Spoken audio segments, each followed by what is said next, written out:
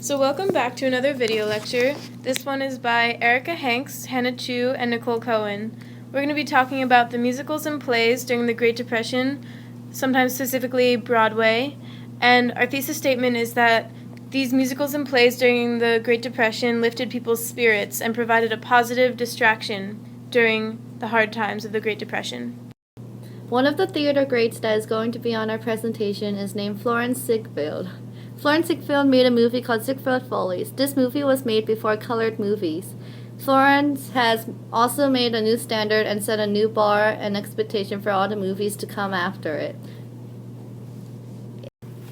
Another theater great is named George Gershwin. He had a brother named Ira Gershwin. Together, George and Ira Gershwin have created some of the most popular songs of the Roaring '20s and the 1930s. These songs were the heart of pop music throughout the whole entire era. The brothers enjoyed working together. George Gershwin wrote an American classic pop song named Swanee in 1919 with lyrics Ivan Caesar. Gershwin has also collaborated with several of other lyrics until the 1924, when he teamed up with his brother Ira.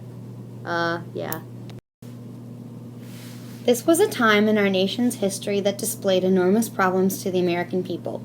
The public needed an emotional lift, and the Hollywood musical contributed greatly to help fill this need. People felt happy when they heard the joyful and uplifting music from the time period. During these very difficult times, Hollywood responded to their audience's need for a happy distraction to what was going on around them. The Hollywood musicals provided an opportunity to get away from all of it and just have a good time and feel good. One of the most beloved screen entertainers of this time was the adorable and precious Shirley Temple.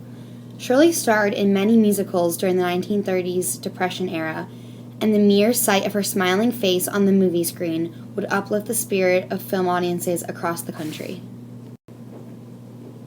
It is very important to understand that during this time period, most people did not sit around and feel sorry for themselves or blame others for the hardships that were going on in their lives. Instead, they pulled together and decided to have strength to put their lives back together. While the Great Depression sparked a desire in people to go out and fix the problems, Broadway was negatively affected by the Great Depression. Many people in the 1930s were poorly affected by the stock market crash of 1929. Shows across Broadway were being closed, and theater greats such as George Gershwin and Florence Ziegfeld began veering away from the theater to enter the more profitable film industry. Flo Ziegfeld closed his hit production of Whoopee so he could turn it into a film. Shows on Broadway were closing rapidly. Between 1929 and 1930, 233 productions were produced, but only 187 were produced between 1930 and 1931. Hollywood absorbed about 75% of Broadway's talent in the beginning of the 1930s. New productions on Broadway, with the exception of the 1931 to 1932 season, continued to fall throughout the 1930s. By 1939, Broadway put on as little as 98 shows. This was the first time since the turn of the century that less than 100 shows are being offered.